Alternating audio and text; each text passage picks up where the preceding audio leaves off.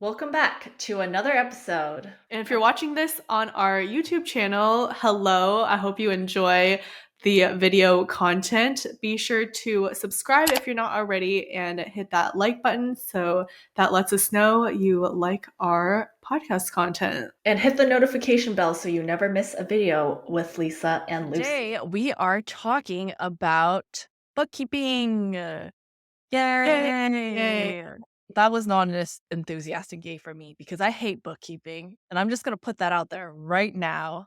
Let everybody know. I, on the other hand, I really like bookkeeping. I think it's fun and I What like being part? organized. Just like, I don't know, like handling money. I think it's fun.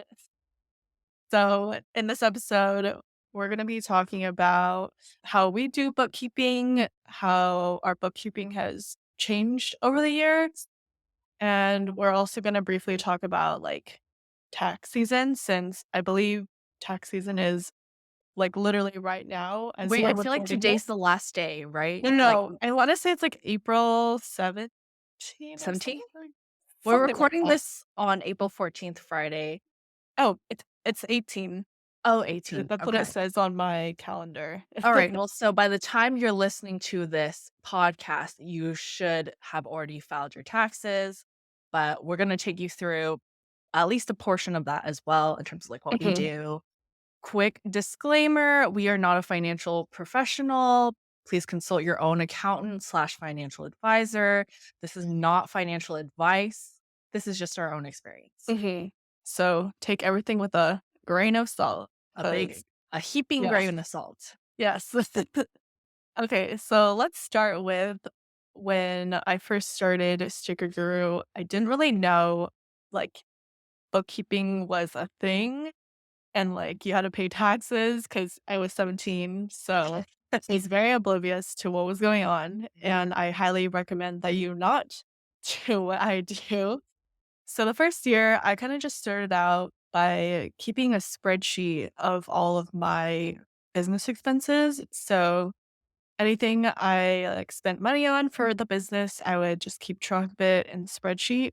And then in the spreadsheet, I would like it would be like the day that I bought it, the item, and then like how much it Mm-hmm. cost. So like very simple spreadsheet. And then I guess after the first year and it was like time to pay taxes, like I was like kind of disorganized because I didn't know like what I needed to have to like pay for taxes. But Etsy, they'll send you like a form, a 1099 form, and that's what you use as like to show this is your income or for Etsy or like how wherever you are selling. Okay. And I wanted to add on that things are a little bit different now too, in terms of like, I think just this past year, they had a new Mhm. law or policy about how much money you have to make before Etsy will send you the tax So a form. 1099 form to yeah. Yeah, the 1099 form. So before it used to be like you had to make over 20K slash, I think 200 transactions. You can Mhm. correct me if I'm wrong. Yeah. But now it is $600 versus 20K. Yes. And Uh, so so definitely that's a a big lot lower difference. of a Yeah, a bar. lot lower. You're very likely going to get like a 1099 form, just so you know. So come tax time, you want to make sure you're paying your taxes for that income because Etsy will send that form to the IRS. So Yes. And yeah. also that means that even though you may think like, oh, I'm just, this is just my hobby and I'm going to start out and just put a couple of listings on there. I don't think anyone's going to buy. You better be saving your receipts regardless. Like Mhm. everything you spend money Yeah. on, Everything, save make all of sure it. you're tracking it because come tax time, when you file your taxes, you want to make sure you have all your expenses in it's called a Schedule C deductions. And basically, that can help lower your taxes, which is great for a business owner. Yes, definitely. Because if you make, let's say you made $1,000, but you spent $500 in supplies, like I don't want you to be taxed for that full $1,000. Hmm. Yeah. So that's what I did my first year was I just had everything very plainly on a spreadsheet. And then I want to say like my second year, Etsy did some sort of promo with QuickBooks, some sort of like deal discount. So that's when I was like, okay, like let me look into this. I'm gonna sign up. So I've been using QuickBooks ever since then, and I really like it because you can basically import or not import, but like you can connect your bank accounts and your credit cards to QuickBooks, and then it'll just automatically import all of your transactions for you. And it makes categorizing, because that's something that I didn't do my first year was I didn't categorize my expenses. And, and that's something you do need to do. Oh, So yes. QuickBooks is great because you can categorize all of your expenses. I will have a link in the show notes for QuickBooks, so definitely check that out if you don't already use it. Yeah, I think there's a bunch of different products that QuickBooks slash TurboTax, since it is all under Slash TurboTax. Intuit. I Intuit, believe you're Intuit's right. the It is. parent It's all company. under Intuit. Yeah, Which, fun fact, there's an Intuit building really close to where we we used grew to up. live. Yeah, Yeah.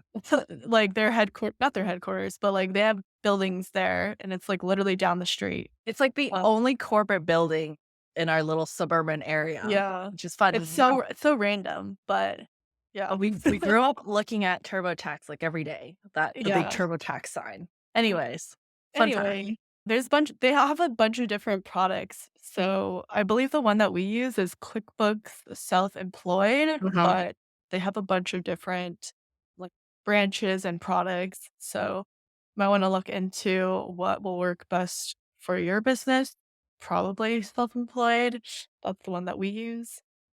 But I do like it because come tag season, once you have like all your expenses nicely categorized, you can export it as a Schedule C deduction Mhm. form.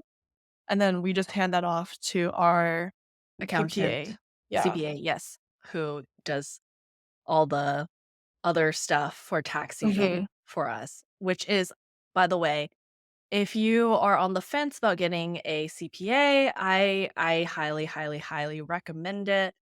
Just because, like, for Highly me, recommend. like, I just know that I'm not an accounting expert. Like, they're the ones who will know all the different policy changes that happen every single year. Like, I'm Hmm. not gonna keep up to date on that. So, it is Yeah, 100% worth the money paying a professional to do it because you'll probably end up saving money that way anyway. definitely. They definitely help us a lot. Mm. Mm.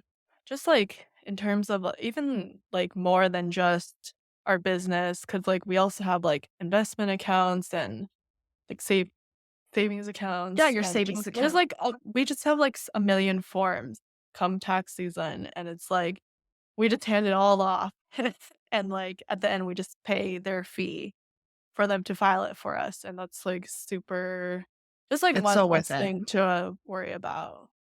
'Cause, like, you Def definitely wanna pay your taxes correctly, and you don't wanna Yeah, like, I don't want do the anything government coming wrong. after me, so Yeah. it's worth it for just that peace of mind. Mhm. And Definitely. knowing that you're getting all the deductions and whatnot that you should be getting anyway. Mhm. So, aside from that, aside from tax season, there's also another thing that I feel like we didn't learn too much about till we moved over to Shopify, but you can Mhm. you talk a little bit more about, like, sales tax and how it works? Mainly for Etsy, because I feel like most people probably start or Mhm. are on Etsy. Yeah. So, in terms of sales tax, you do need to collect sales tax for the state that you're in, assuming that your state collects sales tax. So, like, I've been collecting California sales tax basically the entire time I've been in business.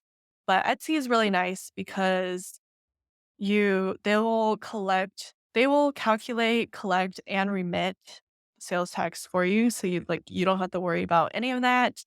But if you are on Shopify, it's a lot more complicated and it varies state by state.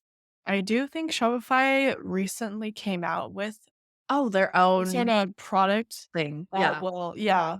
that will like calculate the sales tax for you for each state, but it is definitely a bigger headache in terms of like sales tax on Shopify because you do have to, if you meet the minimum requirement for the state, which again, it varies state by state. I want to say like some states is based off of like order numbers, number of orders you had to people living in that state. Others, it's like based off of order amount instead of like number of orders. So it really depends on what state. But obviously, if you're selling online, you have to account for all of these every state in the US. But yeah, I won't go too much into detail since most likely you probably don't have to deal with all of that if you're first starting out. But again, I'm not a financial advisor, and you should definitely talk to a local accountant about this Yeah. just because it'll vary based off of where you live.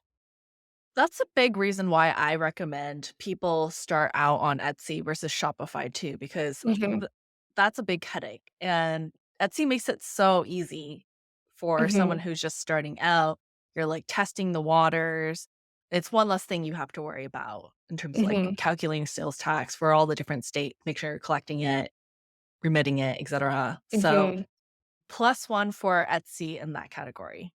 Yeah, definitely. It is definitely a headache every month having to calculate and pay the sales tax to like multiple states. So, what about keeping your personal and business finances separate? Because I think maybe we talked about this in a previous episode about one of our, learnings is that you should open up a separate bank account, have like a separate credit card, etc. for your business. So, let's talk a little bit more about that.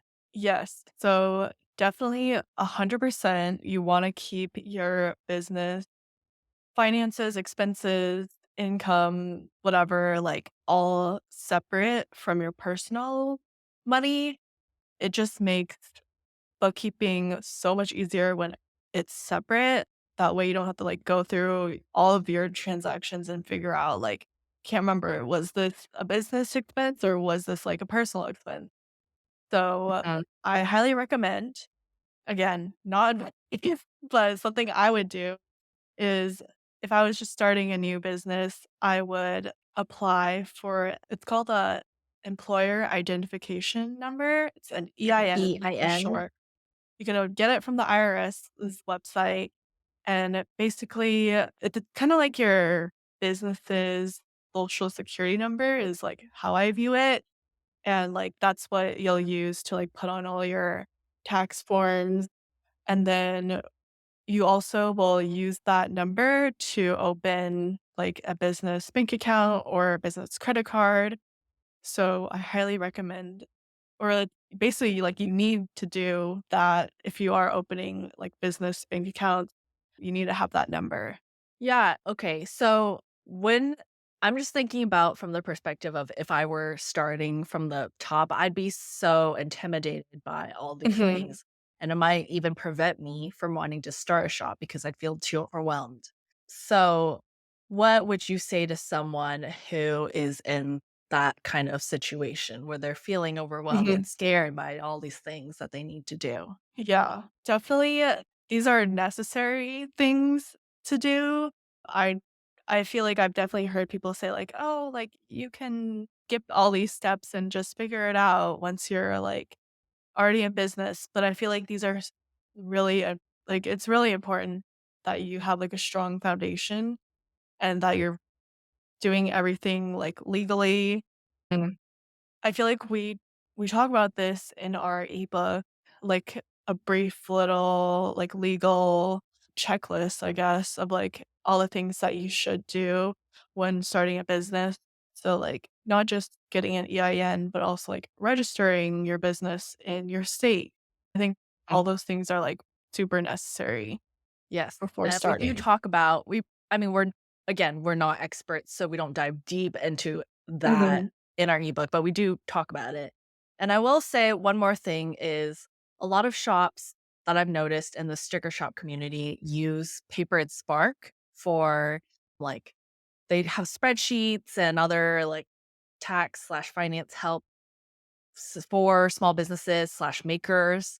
So I will leave a link to them in our show notes so you can go check them out for more info. They have like all sorts of spreadsheets. And if you don't know where to start, I believe they have like a free download of like a Get Legit toolkit checklist sort of thing. So again, I'll have that in the show notes because it's always good to go to someone who is an expert and who specializes in these things, especially for small businesses that make products versus Mhm. anything else like a service Yeah. or whatever. Yeah, definitely. Okay.